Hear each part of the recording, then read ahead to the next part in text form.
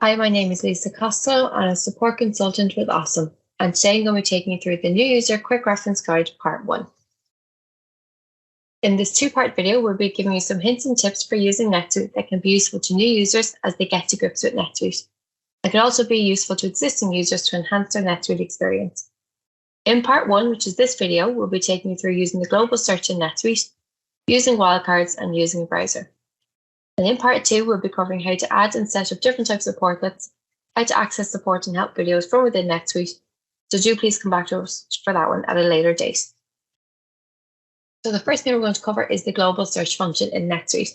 This is one of the first fields you'll see when you log into NetSuite, and it acts like a Google search engine for your ERP. No matter where you are in NetSuite, this will remain in place at the top of your screen, so you can perform a global search from wherever you are in NetSuite. The global search provides quick access to every saved search, page, report, record, list, and transaction within your NetSuite.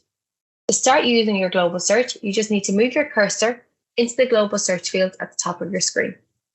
Or alternatively, you can press Alt and G and your cursor will move back into this field. You can enter any keyword consisting of numbers, dashes, and letters, underscores, or wildcards.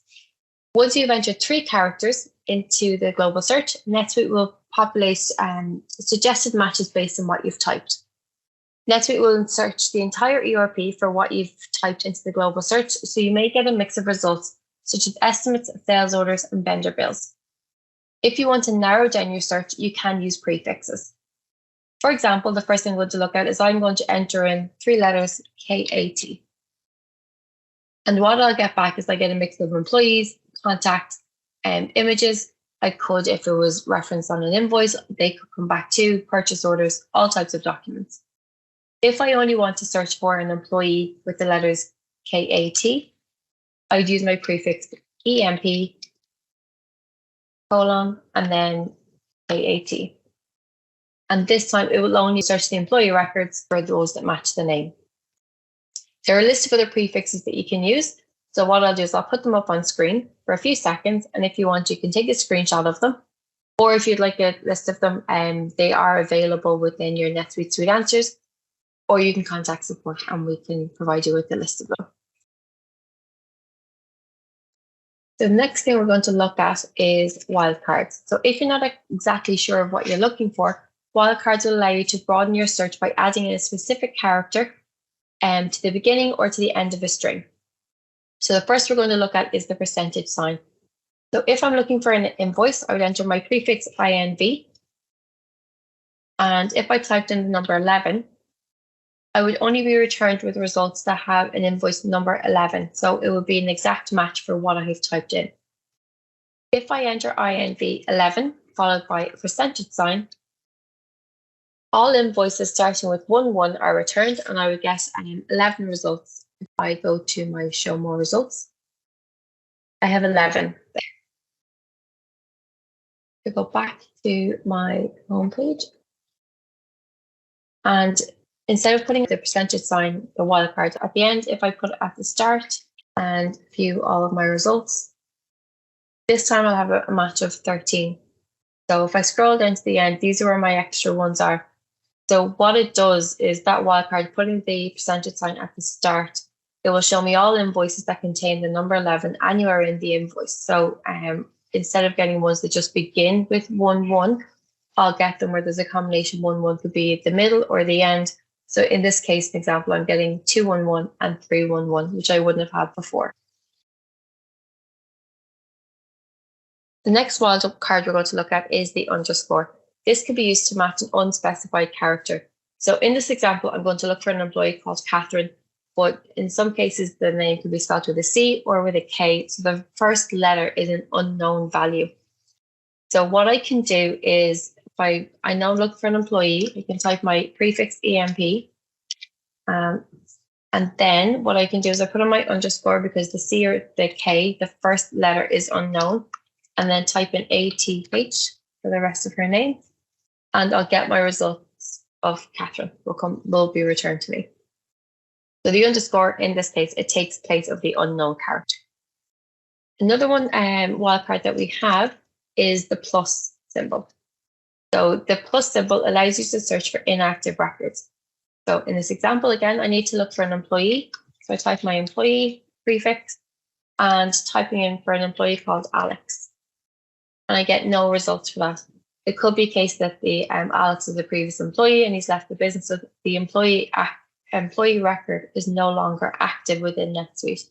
So if I want to include them in the search, I add my plus symbol to the end, and then my employee record is appearing. The last topic we're going to cover in part 1 of this video is how to use a browser. So as NetSuite is a cloud-based ERP system, it is accessed using a web browser such as Google Chrome, Internet Explorer, or Microsoft Edge. And you can have multiple tabs open at the same time. This can make it easier for the users. They can swap between different records without having to close different tabs and reopen. Open up a new tab, and what I'm going to do is I'm going to search for an employee. And what I want to do in this case is I want to compare 2 employee records. So if I right-click on the first employee, open in a new tab, and my other employee, open in a new tab. So what you'll see is I will stay where I am, but new tab windows open at the top. So I'm not automatically moved to these new windows. So I can click on them and I can switch between the 2.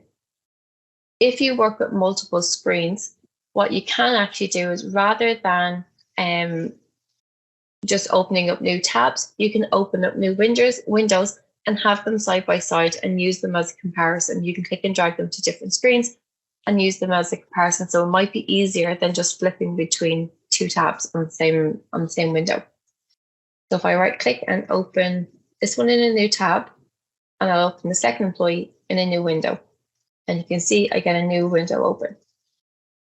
Just to show you, I can make this split screen.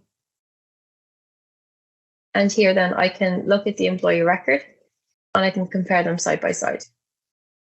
So it's easier than flipping between 2 different tabs.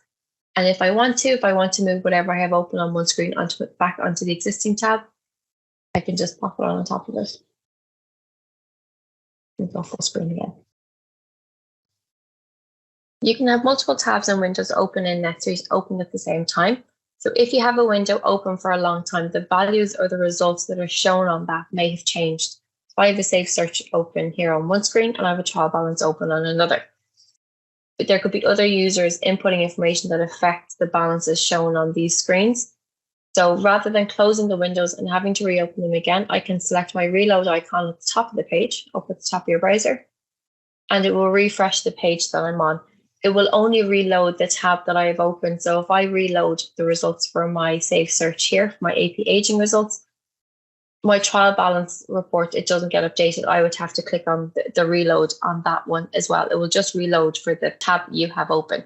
So if you have multiple tabs and windows open, the reload is only performed once and you need to select it on all of your individual tabs to reload them.